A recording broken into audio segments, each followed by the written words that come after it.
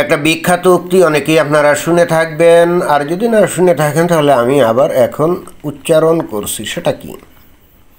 সেটা হলো যে আমেরিকা যার বন্ধু তার নাকি শত্রুর আর দরকার পড়ে না। অর্থাৎ অন্য কথায় এর মানে কি? মানে হচ্ছে আমেরিকার সাথে যদি কেউ বন্ধুত্বের বন্ধনে আবদ্ধ হয় তাহলে তার শত্রুর দরকার নাই, অর্থাৎ তার ধ্বংস অনিবার্য, এরকম। এটা আপনারা শুনছেন, বাট বিষয়টা হলো ওরকম না।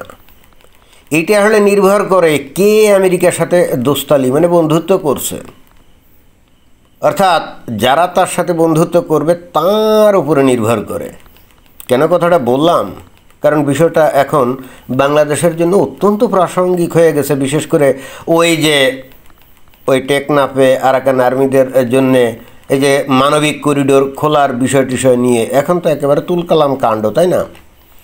তো এ বিষয়ে আরও বিস্তারিত ব্যাখ্যা হবে, বাট তার আগে এ সম্পর্কিত এই শেখ হাসিনা উনি যখন প্রধানমন্ত্রী ছিলেন তখন কিন্তু এ বিষয়ে উনি কথাবার্তা বলছিলেন। তো হঠাৎ করে তার সেই বক্তব্য বিবৃতিগুলো আমার সামনে চলে আসলো, তো ভাবলাম যে বিষয়ের উপরে একটা ভিডিওর অবতারণা করা যেতে পারে। তো আমরা প্রথমেই তার বক্তব্যটা একটু শুনি।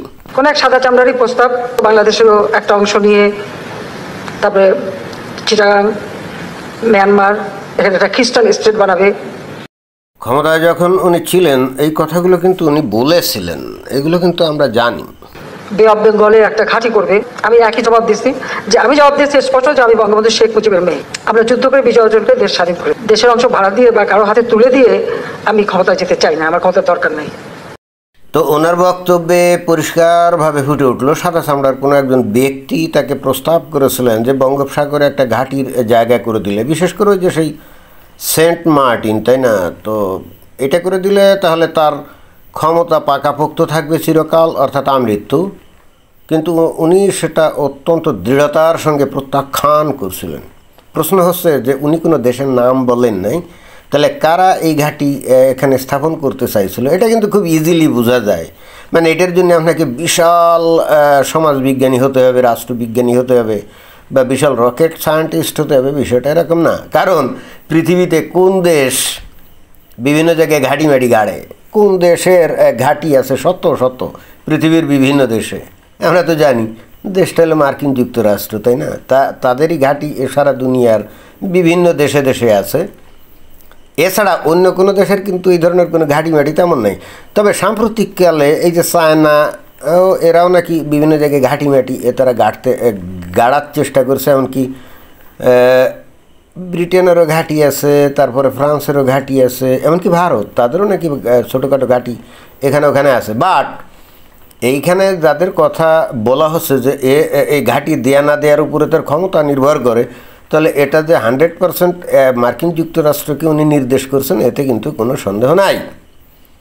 এবং যেহেতু উনি সেই প্রস্তাবে রাজি হন নাই, এবং উনি নিজেই বলছেন যে এতে করে আমি দেব না, আমার দেশের কোনো অংশ আমি কোনো দেশের কাছে আমি লিজ দেব না বা বিক্রি করব না। এতে করে যদি আমার ক্ষমতা না থাকা লাগে আমি থাকবো না, জনগণ যদি তখন না চায় আমি থাকবো না।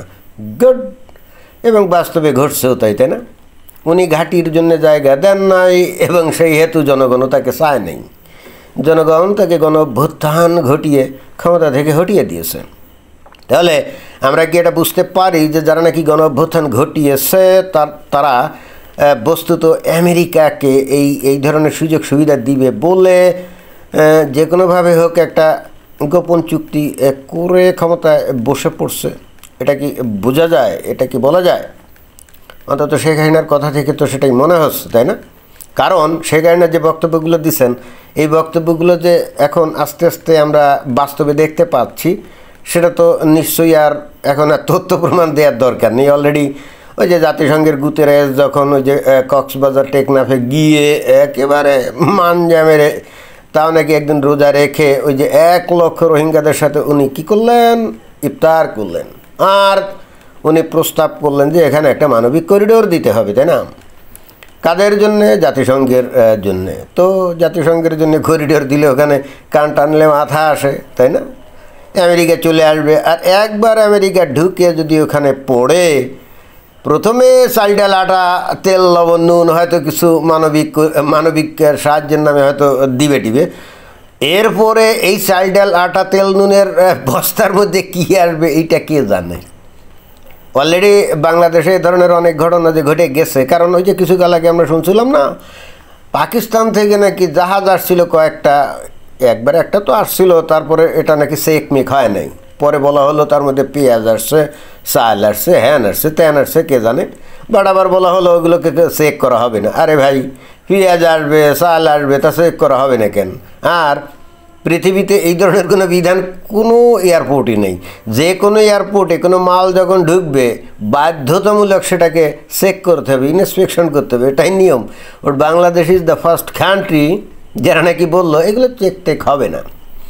তো পাকিস্তানের মতো একটা দেশের জাহাজকে যখন চেকবিহীনভাবে ছাড়পত্র দেওয়া হয় আর মাল খালাস করে কোথায় কি নিয়ে যাওয়া হয়, সেটা যদি সম্ভব হয়, সেখানে আমেরিকার ব্যাপার তো কমপ্লিটলি ভিন্ন, তাই না? সেখানে ওই পোর্ট অথরিটি ওই ধারে বাড়েও যেতে পারবে না। আমি একেবারে 100% নিশ্চিত করে বলতে পারি যে পোর্ট অথরিটি এই যে আমেরিকার জাহাজটা যদি আসে ও ধারে বাড়েও ভিড়তে পারবে না, চেক তো অনেক দূরের কথা, তাই না? তো যাই হোক, অন্তত শেখ হাসিনার এই যে বক্তব্য, এটা যে আসলেই সত্য এখন সেটা আমরা বুঝতে পারছি। তবে সৌভাগ্যের বিষয় হলো ঘাঁটিটা মনে হয় বাংলাদেশে বানাবে না, কারণ অলরেডি তারা তো আরও অ্যাভেইলেবল জায়গা পেয়ে গেছে। আমেরিকা কোথায়? ওই যে আরাকান, তাই না, রাখাইন স্টেট, ওখানেই করবে। কিন্তু তাই বলে কি আমাদের এখন ডুগডুগি বাজানোর সময়? মনে হয় না। কারণ যেটা আমি আগে ভিডিওতে অনেকবার বলেছি, এবং আমি এটাও নিশ্চিত, আমেরিকা বাংলাদেশে ঘাঁটি গাড়বে না। ওই আরাকান আর্মি যদি রাখাইন প্রদেশ দখল না করতো সেক্ষেত্রে, বা দখল করতে না পারতো সেক্ষেত্রে হয়তো এই সেন্ট মার্টিনের ওখানে ঘাঁটিমাটি গাড়ার চিন্তাভাবনা থাকতেও পারতো এবং করতো, যেটা কিন্তু অলরেডি এই সরকার ব্যবস্থা করছিল। যে সেখানে ইকোসিস্টেম নষ্ট হবে বলে সেখানে ভ্রমণ নিষেধাজ্ঞা জারি করা হলো না। তো এটা কিসের জন্য? এটা তো আমরা তো এত বোকা না যে এগুলো আমরা বুঝবো না। কিন্তু ঘটনা হচ্ছে ঠিকই ওইটা করছে, ভ্রমণ নিষেধাজ্ঞা জারি করে ওটাকে মানে করছে, নির্জন করছে বা বিচ্ছিন্ন করে ফেলছে। বাট এর চাইতে ভালো জায়গা তারা পেয়ে গেছে এই আরাকান অঞ্চলে।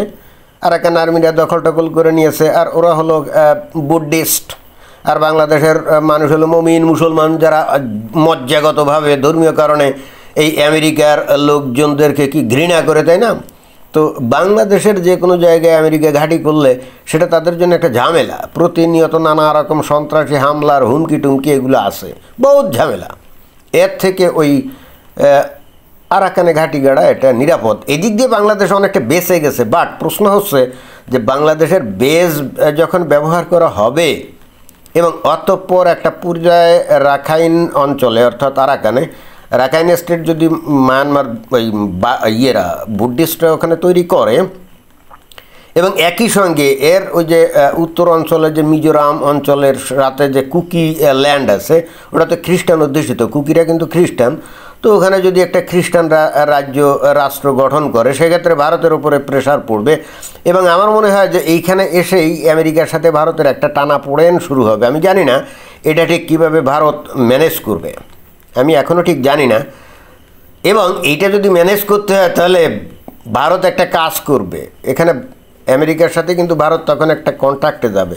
হয়তো এমনও হতে পারে ওই যে মিজোরাম, তারপরে মণিপুর, ওই অঞ্চলগুলো কি না খ্রিস্টান অধ্যুষিত না, ওখানে কিন্তু মোর দ্যান 80% কিন্তু খ্রিস্টান। ওইটা যদি খ্রিস্টান দেশ গঠন করে তখন ভারত ওই আমেরিকার কাছে দাবি করতে পারে, তাহলে আমিও এই বাংলাদেশের কিছু অংশ দখল করব। বিশেষ করে যে চিকেন নেকের ওই অঞ্চলে আমেরিকার কাছ থেকে আমেরিকা যদি রাজি থাকে, এবং রাজি তখন মনে হয় থাকতে হবে, কারণ আমেরিকা যদি ওখানে ওই খ্রিস্টান রাষ্ট্র গঠন করে তাহলে তার কিছু অংশ চলে যাবে না। তো তখন ভারত দাবি করবে যে ঠিক আছে, তাহলে আমাদের এখানে আমরা এই চিকেন নেকের এই অঞ্চলটা বড় করার জন্য আমরা এই অঞ্চল দখল করবো, তোমরা আমাদের সাথে থাকবে, যদি করো তাহলে ঠিক আছে, আমার ওই অঞ্চল থেকে কিছু অংশ চলে গেলো, তো আমি এখান থেকে এটা পূরণ করে নিলাম। বাংলাদেশ নিয়ে কিন্তু এই ঘটনা ঘটতে যাচ্ছে। আমেরিকা যদিও বাংলাদেশে হয়তো ঘাঁটি গাড়বে না, গাড়বে আরাকানে, বাট এর প্রতিক্রিয়া স্বরূপ এই সমস্ত ঘটনা কিন্তু আমার মনে হয় যে ঘটতে যাচ্ছে। এত গেলে একদিক, এসে ভয়ঙ্কর যে ঘটনা ঘটতে যাচ্ছে সেটা হলো এই, আমেরিকা যখন ওই অঞ্চলে ঘাঁটিমাটি গাড়বে তো প্রাথমিকভাবে রোহিঙ্গাদেরকে সন্তুষ্ট করা লাগতেছে না, যে ঠিক আছে তোমাদের জন্য মানবিক সাহায্য দেব, তোমাদের প্রত্যাবাসন করাটা হবে ইত্যাদি ইত্যাদি লোভান্বিত দেওয়া হচ্ছে নাকি। এবং এমনকি হয়তো রোহিঙ্গাদেরকে বলা হচ্ছে তোমরা আরাকান আর্মির সাথে মিলে এই মায়ানমার সেনাবাহিনীর এগেনস্টে যুদ্ধ করো, ওরা আরও বিভিন্ন অঞ্চল দখল টখল করে যদি আরাকান স্টেটের মধ্যে ঢুকাতে পারে সেখানে তোমাদেরকে, অথবা তোমরা যেখান থেকে আসছিল সেই জায়গায় তোমরা ফেরত পাবে বা ফেরত যাইতে পারবে, এটা হলো মুখরোচক বানিয়ে এদেরকে বলা হচ্ছে। বাট আসল ঘটনা কি? আসল ঘটনা হচ্ছে আমেরিকা নিজেও চায় না এই সমস্ত রোহিঙ্গা ওই আরাকানে গিয়ে ঝামেলা পাকাক, কারণ তারা যদি ওখানে ঘাঁটি গাড়ে ওই আরাকানে তাহলে এই মমিন মুসলমানরাও এই আমেরিকার এগেনস্টে ঝামেলা পাকাবে। এবং তার চাইতে বড় কথা হচ্ছে ওখানে যে মায়ানমারের ওই রাখাইনের আরাকান স্টেটের যে এই বুদ্ধিস্ট, এরা উগ্রপন্থী বুদ্ধিস্ট, মুসলমানদেরকে এরা দেখতে পারে না, এবং এরা যে মুসলমানদের কী পরিমাণ ঘৃণা করে সেটার বহিঃপ্রকাশ আমরা কিন্তু ওই 7-8 বছর আগে আমরা দেখছি, যে মায়ানমার আর্মি ওখান থেকে মুসলমানদেরকে মানে রোহিঙ্গাদেরকে কীভাবে মেরে কেটে তাড়িয়েছিল, ওটা কিন্তু বহিঃপ্রকাশ যে ওরা মুসলমানদেরকে কী পরিমাণ ঘৃণা করে। এবং কারণও আছে, কারণ হচ্ছে এই মুসলমানরা ওখানে ইসলামিক স্টেট তৈরি করতে চাচ্ছিল, তো ওদের বক্তব্য এই বেটা তোরা আমাদের দেশে থাকস, আমরা নিরিবিলি থাকস, শান্তিতে থাকস, তো এটা ভালো লাগে না, এখন ইসলামিক স্টেট তৈরি করবি না, যা তোদের ইসলামিক স্টেট তৈরি করাচ্ছি বলেই কিন্তু বস্তুতে এদের উপর হামলে পড়ে। তবে এই হামলে পড়ার আগে এই ইসলামিক স্টেট তৈরি করার অনুসারী যারা, তারা কিন্তু আবার ওই যে মায়ানমারের সেনাবাহিনী এবং পুলিশের উপরে ঝাঁপিয়ে পড়ছিল, 100 না 150 নাকি হত্যা করছিল, তো ওরা তো অজুহাত পেয়ে গেছিলো, সাথে সাথে এই ঘটনা ঘটিয়েছিল। তো আরাকান আর্মির আদর্শ কিন্তু একই, তারাও কিন্তু ওই মুসলমানদের ওখানে ঢুকতে দিবে না। এখন ভয়ঙ্কর ঘটনা যেটা ঘটতে যাচ্ছে, এই যে এদেরকে আরাকান আর্মির সাথে মিলে যুদ্ধ করার লোয়ানি টোয়ানি দেওয়া আছে না, তো সেক্ষেত্রে এদেরকে তো সামরিক প্রশিক্ষণ দেওয়া হবে, অস্ত্রপাতি দেওয়া হবে, কি দেওয়া হবে না? যখন আরাকান স্টেট গঠিত হয়ে যাবে, একটা নির্দিষ্ট অঞ্চল দখল হয়ে যাবে, তখন আরাকান আর্মি কিন্তু এদেরকে ওই আবার কিন্তু তাড়িয়ে দিবে, এই রোহিঙ্গাদেরকে কিন্তু তাড়িয়ে দিবে। অলরেডি কিন্তু রোহিঙ্গাদেরকে ওখান থেকে তাড়ানো হচ্ছে, বাট যারা নাকি যুদ্ধ করবে এদেরকেও কিন্তু ওখান থেকে তাড়িয়ে দিবে। তাড়িয়ে দিলে কোথায়? এদের বেস তো অলরেডি টেকনাফ অঞ্চলে আছে, তো টেকনাফ অঞ্চলে অলরেডি তারা সেখানে আছে। তা আসার পরে এইবার চিন্তা করে দেখেন, এই সমস্ত রোহিঙ্গাদের মধ্যে প্রচণ্ড ফ্রাস্ট্রেশন কাজ করে, কারণ এদেরকে তো বাংলাদেশ নাগরিকত্ব দেয় নাই, এদের পোলাপানি লেখাপড়া করে না, এদের কোনো ভবিষ্যৎ নেই। তো যাদের কোনো ভবিষ্যৎ নাই, যারা লেখাপড়া করে না, যারা চাকরি বাকরি করতে পারে না, বসে বসে খালি খায়, এইভাবে কিন্তু মানুষ বাঁচতে পারে না। ওরা নিজেরা যদিও প্রথমে নিজেদের মুসলমান হিসেবে পরিচয় দেয়, বাট তারপরেও তো ওরা আসলে মানুষ, ওদেরও তো জীবনে লক্ষ্য থাকা উচিত, কেরিয়ার বিল্ড আপের বিষয় থাকা উচিত, তাই না? কাজকাম করবে, আয় উপার্জন করবে, উন্নতি করবে, এগুলো তো সবাই চায়। ওরাও চায়। যখন দেখে যে ওই ক্যাম্পের মধ্যে থাকার কারণে সেগুলো কিছুই করা হচ্ছে না, আর ওদেরকে আবার প্রত্যাবর্ষণ করবে এই রকম একটা অজুহাত তুলে বাংলাদেশও তাদেরকে নাগরিকত্ব দেয় না, তো ওরা কতদিন চুপচাপ থাকবে? ওরা ওই যে ট্রেনিং আছে না, আর ওই যে অস্ত্র হাতে পাবে না, ওরা তখন এই বাংলাদেশের এগেনস্টে শুরু করে দিবে। ওই অঞ্চল যে অঞ্চল আছে না, কক্সবাজার এবং চিটাগাংয়ের বেশ একটা বিস্তীর্ণ অঞ্চল নিয়ে, ওখানে হয়তো তারা নিজেরাই এখন রোহিঙ্গা ল্যান্ড নামে একটা দেশ কিন্তু গঠন করে দিতে পারে। এবং এটা কিন্তু আমার মনে হয় ঘটতে যাচ্ছে, একেবারে 100% ঘটতে যাচ্ছে। আপনারা নিজেরা চিন্তা করলে আপনারা বুঝবেন। কারণ দেখেন যে এই রোহিঙ্গাদের কোনো নাগরিকত্ব নেই, নাগরিক অধিকার নাই, তারা লেখাপড়া করতে পারে না, এবং শুধু তাই না, মানে আসলে তো মানুষ এভাবে থাকতে পারে না। প্রত্যেকটা মানুষেরই তো একটা জীবনের লক্ষ্য থাকে, আয় উপার্জন করবে, সুন্দর সংসার করবে, ভালো সুন্দর ঘর বাড়ি তৈরি করবে, এরকম। কিন্তু ভাই ওই রিফিউজি ক্যাম্পে ভাঙ্গাচুরা ঘরে ভাই থাকতে চায় না। তো এরা ভিতরে ভিতরে কিন্তু প্রচণ্ড ফ্রাস্ট্রেটেড, এবং একই সঙ্গে ভয়ঙ্কর রকমভাবে তারা ধর্মান্ধ। ঘটনা কি ঘটবে? এবং এদেরকে তখন এই বাংলাদেশের মধ্যে যে বিভিন্ন ধর্মের বিভিন্ন ওই যে ধর্মান্ধ গোষ্ঠীগুলো আছে না, যারা সারাক্ষণে যে বাংলাদেশে ইসলামী শাসন কায়েম করতে চায়, শরিয়া শাসন কায়েম করতে চায় না, তারাও কিন্তু এদেরকে মদত দিবে। ওরা যদি ওখানে একটা মানে ওই কক্সবাজার এবং চিটাগাংয়ের অঞ্চল দখল করে ওরা যদি রোহিঙ্গা ল্যান্ড তৈরি নাও করে, তাহলে ওদের সাহায্য নিয়ে বাংলাদেশে একদিন ওই তালেবান রাষ্ট্র কায়েম হবে, তালেবান রাষ্ট্র কায়েম হবে, বুঝছেন? এই জিনিসগুলো কিন্তু ঘটবেই। আর তখন ঘটনাটা আরও ভয়ঙ্কর ঘটবে। তখন সত্যি সত্যি বাংলাদেশের অবস্থা হবে গাজার মতো। কারণ তখন এই বাংলাদেশের সাথে সমস্ত রকম সম্পর্ক ছিন্ন করবে ভারত। এবং ভারত কিন্তু খালি কাঁটা তারের বেড়া না, একেবারে কঠিন বেড়া দিবে বাংলাদেশের চতুষ্পার্শ্বে, বুঝছেন? কঠিন বেড়া দিবে, যাতে কোনোভাবে বাংলাদেশের লোক ভারতে যেতে না পারে। ভিসা এত দূরের কথা, ব্যবসা বাণিজ্য, কূটনৈতিক সম্পর্ক কোনো কিছুই থাকবে না, কিছুই থাকবে না। কমপ্লিট এরা ওই গাজায় যেমন হামাস বা ফিলিস্তিনিরা আছে না, ঠিক ওই অবস্থা এখানে ঘটবে। এবং তারপরে ভারত বলবে এইবার তোরা ওর মধ্যে বসে যা খুশি কর, তোরা ইসলামী শাসন চালু কর, তোরা ইসলামী স্টেট চালু কর, খিলাফত চালু কর, ওর মধ্যে বসে বসে কর, আমাদের এদিকে হাত বাড়াস না। আর ওদের বর্ডারে তখন কঠিন পাহারা হবে। কেউ বর্ডার অবৈধভাবে বা কোনোভাবে ঢোকার চেষ্টা করলে সাথে সাথে স্পট ডেড গুলি দিয়ে মেরে ফেলবে।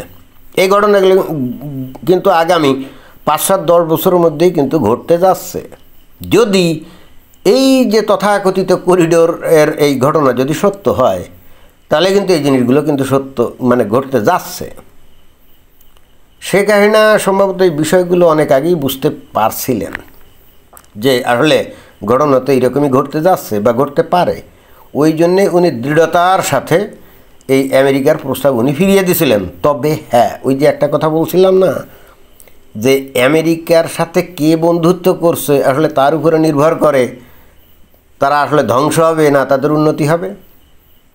মুসলমান কোনো দেশ যদি বন্ধুত্ব করতে যায়, যেমন বর্তমানে বাংলাদেশ যেটা করতে যাচ্ছে এবং করতে গিয়েই যে মনে করেন করিডোরটা দিচ্ছে, এতে করে বাংলাদেশের কোনো উন্নতি হওয়া তো দূরের কথা, ভবিষ্যতে যেটা হবে সেটা আমি বলে দিলাম।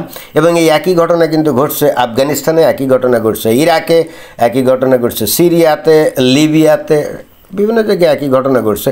কোনো মুসলিম দেশ অন্তত উন্নতি তো হয়ই নাই, ধ্বংস হয়ে গেছে।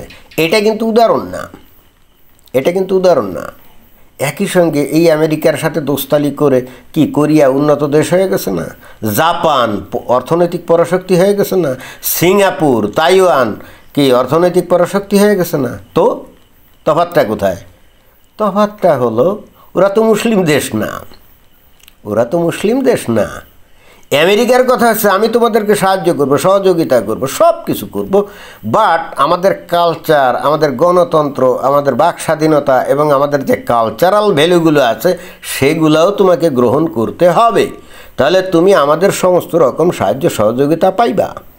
জাপান সেটা করছে, কোরিয়া সেটা করছে, সিঙ্গাপুর করছে, তাইওয়ান করছে, যে কারণে তাদের আজকে এই অবস্থা। Clear? Not only that, European কান্ট্রিগুলোও করছে, বিশেষ করে দ্বিতীয় বিশ্বযুদ্ধের পরে। এবং এটা করছে বলেই মার্শাল প্ল্যানের মাধ্যমে দ্বিতীয় বিশ্বযুদ্ধে একেবারে যুদ্ধের মাধ্যমে ক্ষতিগ্রস্ত হয়ে পুরা ধ্বংসস্তূপ থেকে তারা উঠে দাঁড়িয়েছে না, যে এই যে জার্মানি, এই যে ইংল্যান্ড কি উঠে দাঁড়িয়েছে না? কারণ এখানে কালচারালি তো কোনো সমস্যা নেই। সমস্যা কাদের সাথে? মুসলমানদের সাথে। মুসলমানরা ইহে জিন্দেগিতেই কি কোনো দিন এই আমেরিকার কালচার গ্রহণ করবে, তাদের গণতন্ত্র গ্রহণ করবে, তাদের বাক স্বাধীনতা গ্রহণ করবে? কোশ্চিন কালেও না।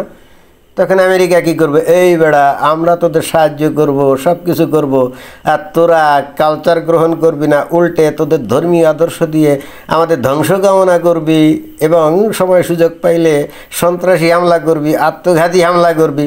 দাঁড়া দেখাচ্ছি। তখন কিন্তু আমেরিকা ইচ্ছে না থাকলেও তাদের ধ্বংস করবে, যে ধ্বংসটা তারা আফগানিস্তানে করছে, ইরাকে করছে, সিরিয়ায় করছে, লিবিয়ায় করছে। বোঝা গেছে? ওই যে আমেরিকার যে যা মানে আমেরিকা যার বন্ধু তার শত্রুর অভাব নেই, এই শত্রুর দরকার নেই, এইটা আসলে নির্ভর করে কে তার বন্ধু হচ্ছে। আপনি যদি অমুসলিম হয়ে বন্ধু হন তাহলে আপনার সমূহ সম্ভাবনা আছে আপনি অন্তত এই জগতে অর্থনৈতিকভাবে উন্নতি করতে পারবেন। আর যদি আপনি মুসলমান হন, একেবারে খাট বাংলায় বলে দিচ্ছি আমি, একেবারে ক্লিয়ার কাট, এখানে কোনো পলিটিক্যাল কারেক্টনেস ভাষা আমি ইউজ করতেছি না। আপনি মুসলমান হয়ে আমেরিকার সাথে দোস্তালি করতে যদি যান আর আপনি আপনার ইসলামী মূল্যবোধ থেকে আপনি সব কিছুর উপরে রাখতে চান, তাহলে আপনার ধ্বংস অনিবার্য। কারণ যুদ্ধটা কিন্তু দুই আদর্শের, একটা হলে আমেরিকার গণতান্ত্রিক সাম্রাজ্যবাদী যে আদর্শ, তার সাথে যুদ্ধ কার? ইসলামিক সাম্রাজ্যবাদী আদর্শ। ক্লিয়ার? আমেরিকা চাইবে, হে মুসলমান তোমরা সবাই মার্কিন সাম্রাজ্যবাদী গণতান্ত্রিক আদর্শে দীক্ষিত হও, তো মুসলমানরা তো সেটা হবে না। মুসলমানরা উল্টে চায়, হে আমেরিকা তোমরা ইসলাম গ্রহণ করে ইসলামের পতাকা তলে এসে মুসলিম হয়ে যাও। যুদ্ধ কিন্তু এইটা। এখানে অনেকে বলবে যে আমেরিকা কি তাহলে মুসলমানদেরকে ঘৃণা করে নাকি? জি না, এটা ঘৃণার বিষয় না, এটা হলো দুই সাম্রাজ্যবাদী আদর্শের দ্বন্দ্ব যুদ্ধ, যেটা নাকি সোভিয়েত ইউনিয়ন পতনের পর গোটা পৃথিবীতে শুরু হয়েছে। সোভিয়েত ইউনিয়ন যতদিন ছিল, আমেরিকা তখন সোভিয়েত ইউনিয়নের ওই কমিউনিজম বা সাম্রাজ্যবাদী আদর্শের এগেনস্টে যুদ্ধে লিপ্ত ছিল, যেটাকে আমরা বলি কি কোল্ড ওয়ার, ঠান্ডা যুদ্ধ। সোভিয়েত ইউনিয়নের পতনের পর এইবার আমেরিকার সাথে যুদ্ধ বাঁধছে কাদের? এই ইসলামিক সাম্রাজ্যবাদী আদর্শের সাথে, পুঁজিবাদী গণতান্ত্রিক আদর্শ তথা আমেরিকার সাথে। আর যখন এই যুদ্ধ হয় তখন এখানে মানবতার কোনো জায়গা থাকে না। বোঝা গেছে? সুযোগ পাইলে মুমিন মুসলমানরা অমুসলমানদের যে কী ধরনের কচু কাটা করতে পারে সেটা কিন্তু আমরা ওই ইসরায়েলে দেখেছি 7 অক্টোবর 2023 সালে। কি দেখি নাই? তো তারা এই কাজটা করবে এটা তো এই আমেরিকা জানে। অতএব তারাও কিন্তু যখন যুদ্ধে লিপ্ত হয় তখন নৃশংসভাবে হত্যা করে, তাই না? মুসলমানরা যখন এই মুঘল সম্রাটদের নিয়ে কত কিস্সা কাহিনী এই যে ভারতীয় লোকজন অনেক সময় করে, আসলে এরা তো ভুল ইতিহাস পড়ে। এই মুঘলরা ভারতে যত কোটি হিন্দু হত্যা করছে, অন্য কোনো মুসলিম শাসক এত করে না, এমনকি নাদির শাহ এত করে নাই। বাট এই মুঘলরা দীর্ঘদিন ধরে ছিল না, এরাই কিন্তু ধর্মের নামে কোটি কোটি হিন্দুদেরকে এই ভারতে হত্যা করছে। কেন করছে? ইসলামী সাম্রাজ্যের নামে। ক্লিয়ার? যখন ইসলামী সাম্রাজ্যবাদী আদর্শ অন্য কোনো আদর্শের সাথে সংঘাতে লিপ্ত হবে, তখন তো মুসলমানদেরও তো মার খেতে হবে, তাই না?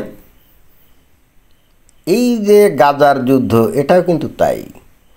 মুসলমানরা যখন হামাস যখন ইসরায়েলের উপরে হামলে পড়ে 12-1300 মারল, তখন সারা দুনিয়ার মুসলমানরা খুশি হয়েছিল। তারা ভাবছিল এইবার ইসলামী আদর্শের বিজয় ঘটলো, তাই না?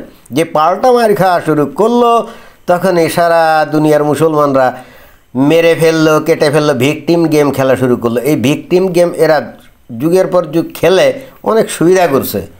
বাট এখনকার এই ইনফরমেশন টেকনোলজির যুগে এই ভিকটিম কার্ড বা গেম খেলে এখন কিন্তু আর সুবিধা হচ্ছে না। মানুষজন কিন্তু এখন বুঝে গেছে। তো যাই হোক, এটাই ছিল বক্তব্য। ধন্যবাদ।